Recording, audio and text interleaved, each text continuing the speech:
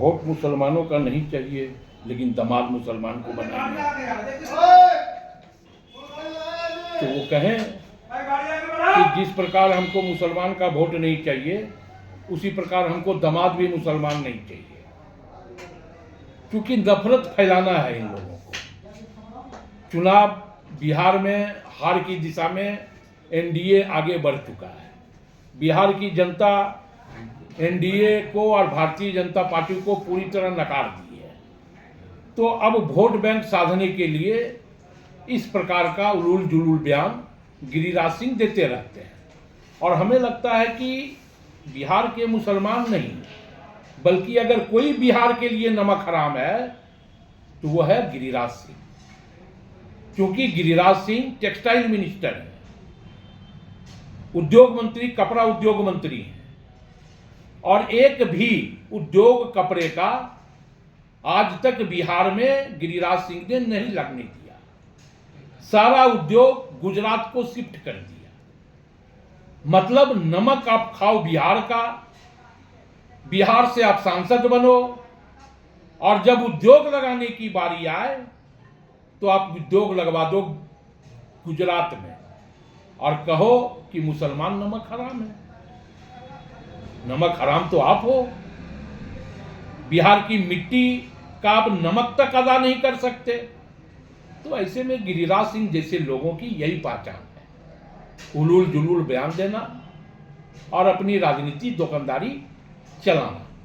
अगर इनको इतना ही कष्ट है तो अपना तमाम बेटियों को कहें कि मुसलमान दामाद को छोड़ दे। हमें लगता है कि अच्छी जाएगी। एक बात बहुत स्पष्ट यह जान लेना चाहिए कि कुछ लोगों का अपना व्यक्तिगत एजेंडा होता है, कुछ नेताओं का एजेंडा व्यक्तिगत होता है। एनडीए का यह एजेंडा नहीं है, और एनडीए के ना वो कोई प्रवक्ता है, और केंद्रीय मंत्री के रूप में उन्होंने संविधान की शपथ ली है, और भारत की संप्रभुता और अखंडता को अक्षुण्ण रखने का उनके ऊपर एक महत्वपूर्ण और भारी जिम्मेवारी है, जिसका निर्वहन उन्हें करना चाहिए। जहां तक बिहार के चुनाव की बात है, एनडीए न्याय के साथ विकास, सबका साथ सबका विकास, इन मुद्दों पर वहां चुनाव लड़ रही है।